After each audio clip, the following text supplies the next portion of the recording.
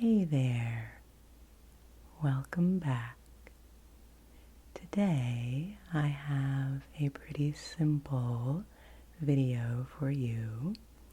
I am going to be telling you some stories from my childhood in a soft spoken voice, and that is all. Oftentimes when I ramble or I'm doing other types of soft-spoken videos, I use other props or triggers. I often do tapping alongside as I'm speaking or make other sounds, do things with my hands. But I have received the request from a few of you that you wanted to hear a video that was solely my soft-spoken voice without any other sounds or triggers to compete with it.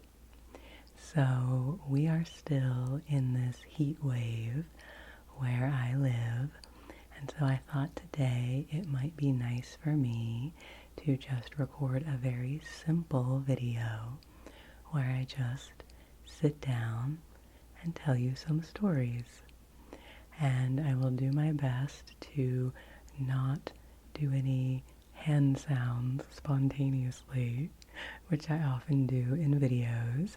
Today we will just have the sound of my softly speaking words. So one of you had asked about stories. Could I tell stories from my childhood or from my travels or something like that? And I think we'll save travels for another day. When I sat down to get ready to do this video and I was kind of brainstorming to myself, I remembered a video that GB ASMR did many moons ago where she rambled and she told a story from each year that she was in school, like something that she could remember from each grade of school. And I really enjoyed that and thought it was cute. So I am going to borrow that idea from her, and I am going to tell you a story or tell you some of the things I remember from each year of when I was in elementary school. So we'll start with kindergarten. I went to kindergarten. I didn't go to preschool or anything like that before, so I started my educational career with kindergarten. And kindergarten, where I grew up at that time, you went a half day to kindergarten, so you either went to morning or afternoon kindergarten. So I went to afternoon kindergarten, which was kind of cool as a kid because I didn't have to get up super early. I still got to have my morning routine of playing and doing what I wanted to do, and then went and spent the afternoon in my kindergarten classroom. And the main thing I really remember about kindergarten is learning our letters. We had these big cards that had each letter on them that were posted up around the room, and we used to listen to these stories that were either on tapes or records, I can't remember, about a character named Mr. Hi-Hat, and Mr. Hi-Hat would have these adventures with each letter of the alphabet.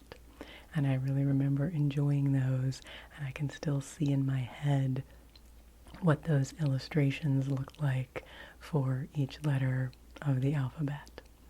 And the other thing from kindergarten that I remember really vividly is that in our classroom we had a lot of those book and record sets where there was a storybook that had a record with it, a vinyl LP with it. Well, I guess they weren't LPs, well, I guess they were LPs, but they were the little mini ones that you put on the record player, and it read the story to you while you turned the pages, and each time it was time to turn the page, it would make this little chiming sound at the beginning. It would say, "You'll hear the chime, bring," when it's time to turn the page. And we each got to take a turn in our class of being the person to sit up in the front and hold the book while the record played and turn the pages to show the illustrations to the rest of the kids in the class. And so we all really looked forward to those book and record times. And I remember when it was my turn to get to be the one to listen for the bring and turn the page. And I think, if I'm remembering this correctly, that we were allowed to bring in one of our own book and record sets if we had them when it was our turn. And I'm pretty sure that I brought in Robin Hood, the Disney version of Robin Hood with the foxes and all the animals in it. I love that film, that animated film, still do love it. And I remember having the book and record of that, and I'm pretty sure that was the one I brought in kindergarten. So that was probably the beginning of my ASMR career and those seeds being planted in my head, because I loved listening to those books on tape, and I loved being the one to turn the page for the story. Maybe I should mimic that in a video sometime. That would be fun. That just got an idea stirring for me. So let's move on to first grade. I will say that first grade was a little bit challenging for me because it was suddenly a full day of being in school. And I will say that I was a very bright young child, but I did have trouble, like a lot of kids do, with the kind of sitting still that long and all those things that are required once you're in a classroom. And my first grade teacher was a nice woman and a good teacher, but she didn't have a lot of patience. She didn't have a lot of sensitivity for kids who were more sensitive. She wanted us to all be very orderly and, do what was expected of us. And so one of the things that I remember that I did in first grade was when we used to have silent reading time. I really, really enjoyed reading. And as a side note, that's probably the biggest thing I remember about first grade is the process of learning to read, and how exciting that was for me, and how I loved it, and how just excited I got about being able to look at the words and the letters and little by little start to understand what they meant and start to read longer sentences and read the little reading books that we had. And that was really, really exciting for me. I did love the process of learning to read. However, when we had our silent reading time, I used to get fidgety during that time. I did enjoy the reading, but I think I just didn't really want to just sit there for that long and read. I don't know if I finished my book and then needed something to do. I don't really know. But what I did was in our first grade classroom, we had a restroom that was within the classroom, a room with a toilet, and then there was a sink out beside it so that the little kids could just go to the bathroom right there within the classroom, and we didn't have to go down the hall to the bigger bathrooms that were shared with the rest of the school. And so during silent reading time, I used to go into the little bathroom and shut the door and sing. And apparently, I can kind of remember this, I would make up songs. Actually, I do remember making up the songs about different things, and one of the things that I made up songs about was about our reading groups. As we were learning to read, we had these little small groups that the teacher would work with us, and we were allowed to give our groups names. And this would have been in 1985, I guess. And so the names of our groups were the Chipmunks, as in Alvin and the Chipmunks, I think, the Ghostbusters, and the Starburst. Starbursts, like the candy. And so I would go into this little bathroom and sing these songs that I would make up about our reading groups, and I'm sure about other things as well. And these bathrooms, this bathroom that was within the classroom, there was one in the second grade classroom as well, they were just cinder block, little rooms that were built into the larger classroom. And so they had really great acoustics. And so I thought I sounded great in there. And so I would just sing, and I would be singing and rocking out, singing at the top of my lungs. And of course, I didn't realize that that room was not soundproof by any means. And so my teacher and my classmates could hear me singing. And so at some point, I guess I got told by my teacher that I couldn't go in the bathroom and sing songs anymore. I don't really remember that part. I don't think I got in trouble or anything, but I guess somehow she found a way to keep me more occupied during silent reading time. But that is one of my memories of first grade, is escaping into the little restroom so that I could sing. And now moving on to second grade, grade 2, I loved second grade. It was one of my favorite grades of elementary school, primary school that I can remember. I had a wonderful teacher named Mrs. Fout, and Mrs. Fout was so kind, and she was soft-spoken. She definitely gave me ASMR looking back, and she just really had a way with kids. I feel like we all behaved really, really well for her because we wanted to behave well for her. She never raised her voice. She never was stern with us. She was just always, she was firm, and we had a lot of routines in our classroom, and I think that's why we did so well. We really had a lot of regular routines, and we knew what to expect, and so that's probably why most of us thrived. And she had a lot of flexibility at the same time and was very sensitive to those of us who needed a little extra attention or needed something a little different. And the two things I remember the most about second grade are that, first of all, second grade seemed to be the year that we were all losing our baby teeth. I feel like every day in second grade, literally every 5 minutes, there would be some kid being like, Mrs. Fout, my tooth fell out.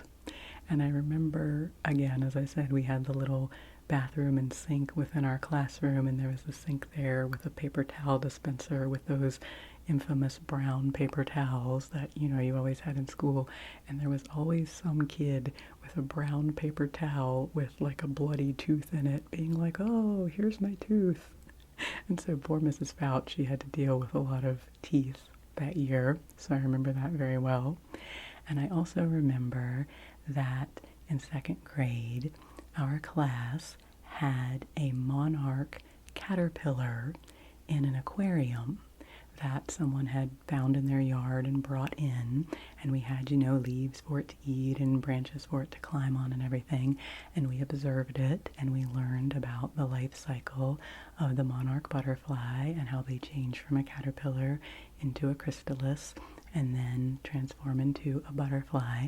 And so I can remember throughout that period of time, all of us watching the caterpillar and how excited we were when it formed its chrysalis, and watching that and how excited we were for when it would turn into a butterfly. And I can still remember the day when one of the little boys in my class had gone, he was in the bathroom and he came out, the aquarium was on a counter that was next to the sink, and he came out to wash his hands, and all of a sudden he was like, Mrs. Fout, it's the butterfly. And we were all like, oh, and we all ran over and saw the butterfly, and then of course we released the butterfly, and that was really exciting. So that was one of the big highlights of second grade. And another thing I remember from second grade very vividly, I did this all throughout elementary school, but I really remember it in second grade, was the Book It program. Okay, if there's anyone out there who did Book It when they were a kid, please comment and let me know, because it's such an obscure thing but was such a part of my growing up. Book It was a partnership with Pizza Hut restaurants, and it was a reading program. It was a partnership with public schools, and they had a program that if you read a certain amount of books every month, I think it was 5 books and you know, documented them, and your parents, you know, like signed a thing, I guess, to say that you read them, then each month, I think it was each month, you got a little gift certificate, your Book It certificate, to take to the Pizza Hut restaurant and get a free little miniature pan pizza for yourself. And so that was a huge deal. We were all so excited to read our books and earn our pizzas. And like my mom and dad have said, you know, when we have looked back and talked about it, that was great marketing on Pizza Hut's part, because no little kid could go to Pizza Hut by themselves and get their pizza. So of course, in order to get your free pizza, you had to take the whole family, and the rest of the family had to order pizza, and so Pizza Hut got, you know, some customers out of it. But that was a really exciting thing for me every month, was to read my books and get my Book It. And I can remember wanting to go and get my pizza, and that was really a big deal. So if any of you participated in Book It in the 80s, I assume it was just in the United States. I don't know if it was with Pizza Hut internationally, but that is definitely a very vivid second grade memory for me. So then moving on to grade 3, moving on to third grade. In third grade, I had a teacher who was notorious for being a mean teacher, for being very stern and very harsh, and everyone was kind of afraid of her. And so it was like a big thing when you were going into third grade that, like, ooh, you were going to get this kind of scary teacher. And she and I always got along fine because I was a very good student. By that time, I had found my rhythm, and I really loved school, and I didn't mind being there, and I was very good at following the rules and navigating things as I needed to. And so I never really had any run-ins with her. But what was interesting, and what I remember, is that about halfway through the year, maybe a third of the way through the year, we got a student teacher. We got a college student who was completing their student teaching and did so in our classroom working with our teacher. And he was obviously a college student, so he was quite young, and he was very handsome, and he was very charismatic, and I still remember his name. His name was Mr. Pozolsky. So Mr. Pozolsky, if you're out there somewhere, shout out to you. And what was very interesting was that because Mr. Pozolsky was very upbeat and very funny and just had a really great personality, he really sort of softened the personality of this stern teacher and softened her up a bit. And so we ended up having a lot of fun that year and doing a lot of creative, cool things with Mr. Pozolsky, and our regular classroom teacher kind of got to sit back a little bit and let him do some of the work, which I think was nice for her. And so we ended up having a much more chill, laid-back third grade year than a lot of the other classes in my elementary school. So that's one of the things I remember about third grade. And also in third grade, kind of an extracurricular thing, I was taking dance classes at that point in my elementary school career. I was taking sort of like pre-ballet and then sort of like modern dance, I guess you would call it, classes, and I loved them. I was so into dance. I kind of had a little bit of like flash dance, 80s flash dance spirit in myself. I did, you know, have a couple little headbands that I wore. I was very cool. And I loved to dance. I loved the music, and I loved learning choreography. And in third grade, I was given a solo in one of the dance routines that my class in the dance studio was doing at our recital at the end of the year. And it was a dance, it was kind of like a country western honky-tonk rock and roll kind of dance to the song Born to Boogie by Hank Williams Jr., and I had the lead in this little number. You can only imagine how adorable I was. So I got to stand in the front and kind of be the lead in front of the other girls that were in my class, and I had a couple different solos, one of them in which I got to kind of play air guitar and strum an air guitar and hop on one leg across the stage. And then at the very end of the routine, there was more to my solo than that, but then also at the end of the routine, I had a part where I came running up from the back and slid, kind of, got down on my knees and slid up to the front of the stage and had this like big finale with this dramatic slide. And for that number, all of the girls in the class, there were all girls in our class that particular year, and we were all wearing cowboy hats, cowgirl hats, and I got to wear a purple velvet cowboy hat since I was the lead soloist in the dance, and this was a cowboy hat that belonged to one of the older girls, a high school girl in the dance studio, and she brought it in and let me use it because she and the director of the studio thought that it fit well, with the theme of the dance and that it would be cool for me to stand out. So I got to wear this special purple velvet cowboy hat. So you can only imagine how pumped I was about that and how cool I felt. And that probably was the highlight of my performing career of my entire life. So there you go.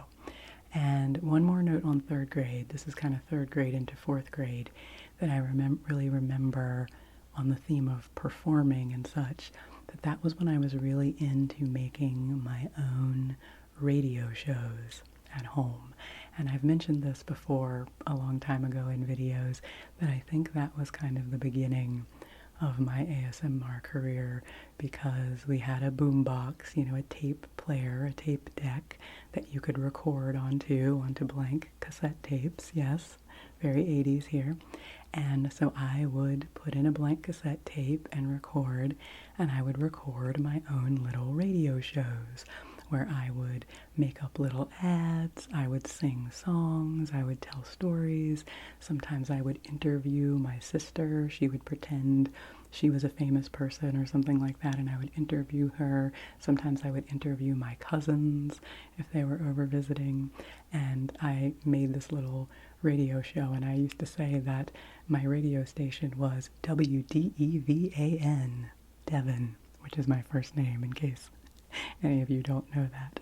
So I just feel like third grade was when I was at the peak of my personal creativity. I mean, that's when, I was 9 years old, and I think at that age you are so creative, you think everything that you create is wonderful, you haven't gotten old enough to care about people criticizing you yet, you haven't reached puberty and started feeling bad about the way you look and feeling self-critical about things. So I was very creative in third grade. I was also very into fashion in third grade. I remember sewing a t-shirt for myself where I had a white t-shirt and I sewed all these different things on it, like different buttons and different patches of fabric, and made like my own cool custom t-shirt that I used to wear to school.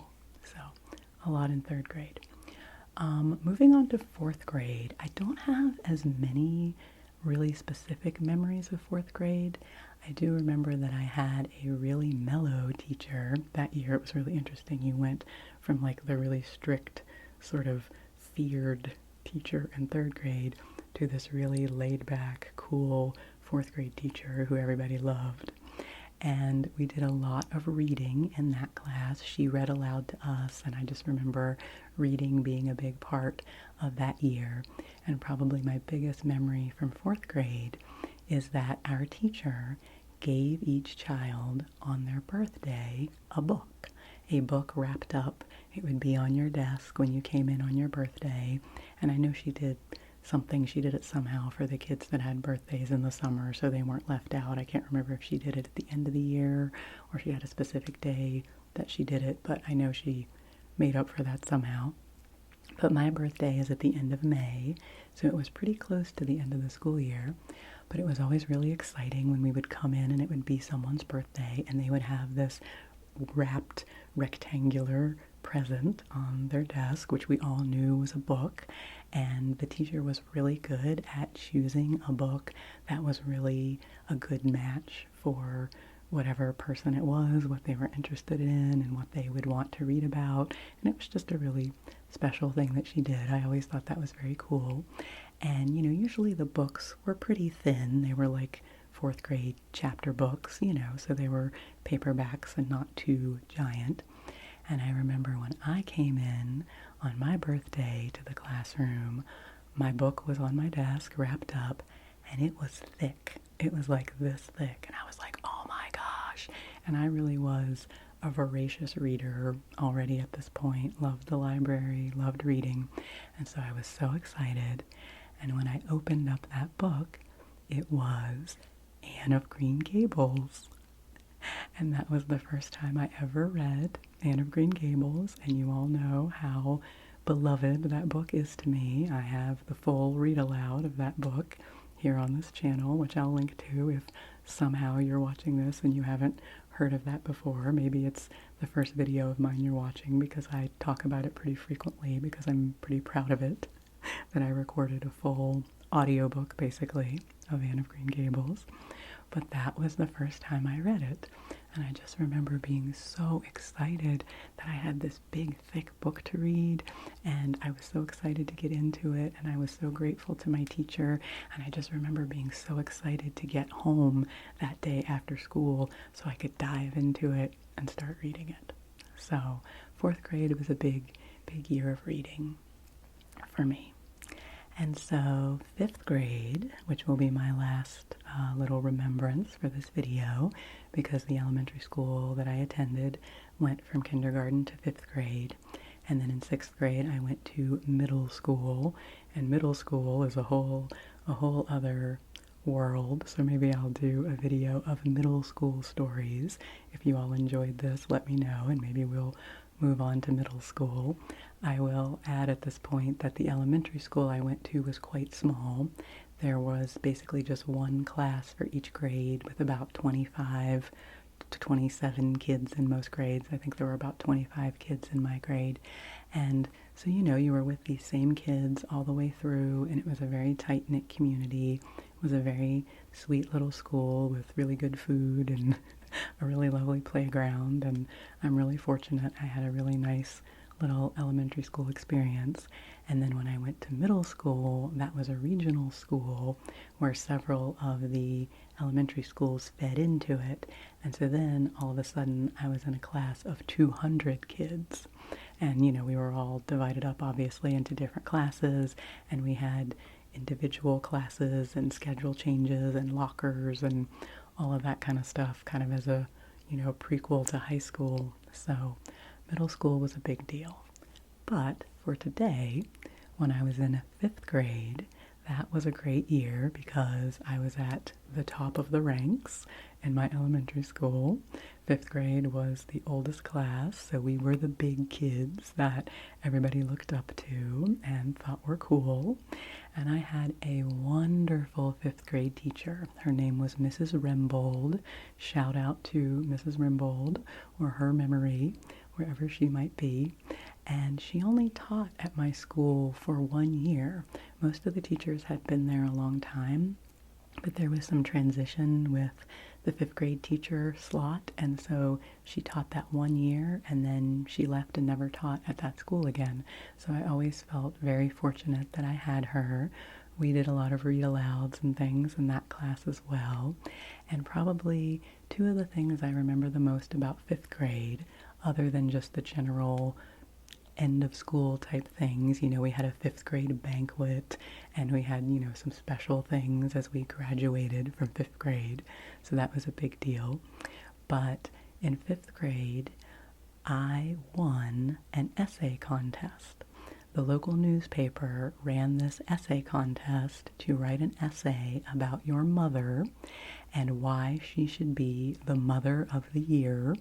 It was like the town Chamber of Commerce Business Association was sponsoring this contest, and so our teacher had every kid in the class as an assignment write an essay and enter it into this contest. And kids did this from all the different schools in the area, and so there were a lot of kids who entered it, and it was a very short essay. It was only like a paragraph long or something, but my essay was selected, and so my mom was given the award of Mother of the Year.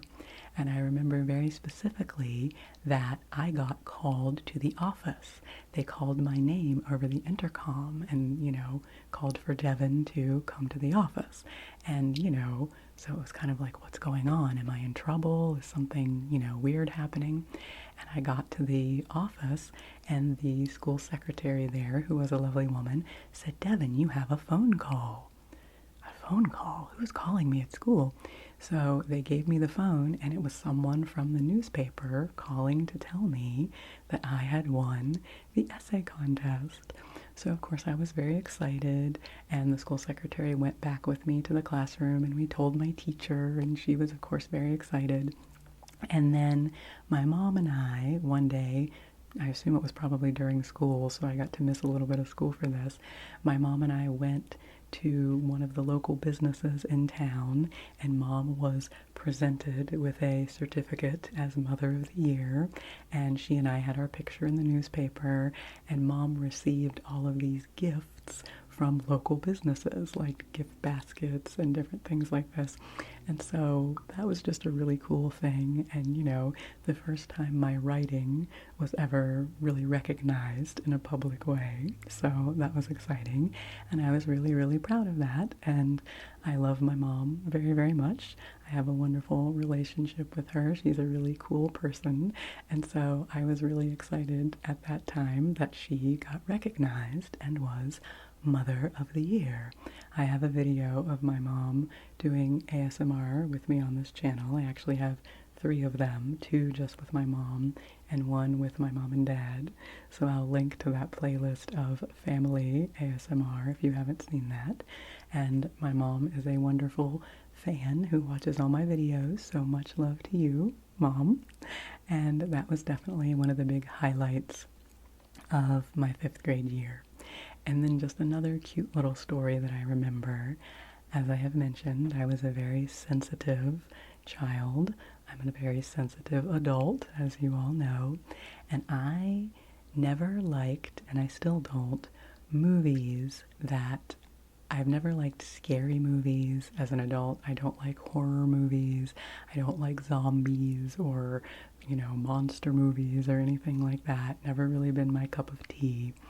And this is really cute and adorable, but when I was in 5th grade, it was close to the end of the year, and we were going to have this movie day, and we got to vote on what movie we were going to watch. And I guess kids must have suggested movies that they wanted to watch, or volunteered movies that they had on VHS tapes, of course, that they could bring in for us to watch, and the class voted, and what the class chose to watch was the movie Beetlejuice.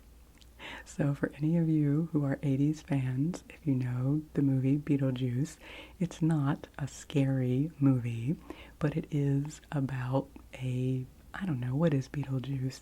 He's not a monster, he's a ghost. Is he a ghost? See, I still don't think I've even seen all of Beetlejuice to this day. But I, from what I knew about Beetlejuice, knew that I did not want to watch it. I thought it was kind of scary and creepy and yucky, and I didn't think that I would enjoy it, and I didn't want to watch it. So I told Mrs. Ramble that, and I've always appreciated this about her, that she didn't say, oh, get over it, it's no big deal, it's not scary, just watch it, it'll be fine. She understood that I didn't want to watch it, and so she made arrangements for the day that the rest of the class was going to watch Beetlejuice. She let me go and hang out with one of the younger classes, like the 2nd or the 3rd grade class, and help them with some activity that they were doing. And so I got to be the bigger kid who helped out and got to be special and didn't have to watch Beetlejuice. So if you love Beetlejuice and it's one of your favorite movies, maybe you can reassure me that it would have been okay, but I just thought that was a really cute little anecdote about me, that even then I knew how to set my boundaries and say what was okay and not okay for me, and I was lucky to have a teacher who was so understanding. So I think I'll stop there for today. This was really fun to do. I didn't plan out ahead of time what stories I would tell you. These are all things that have just come into my head, so this is a little peek into my psyche and the psychology of my childhood and what I remember. And, I did have some tough times in elementary school. I had, some tricky times with friends and, with friendships and things like that. And so I didn't get into all of this and all of that in this video. I wanted to keep this, being kind of the fun and lighthearted stories. And yeah, so thank you for listening to those tales of Devan's elementary school experience. And let me know if you enjoyed this kind of video that was just my voice and not any additional triggers. And maybe I will make an effort to do this style more often. And if you like these sort of stories from my life, kind of content themes, we can explore that a little more. So I hope you have a good rest of your day or evening. I hope that you are doing well. So take care of yourself, rest well, as I always say, and I will see you again soon.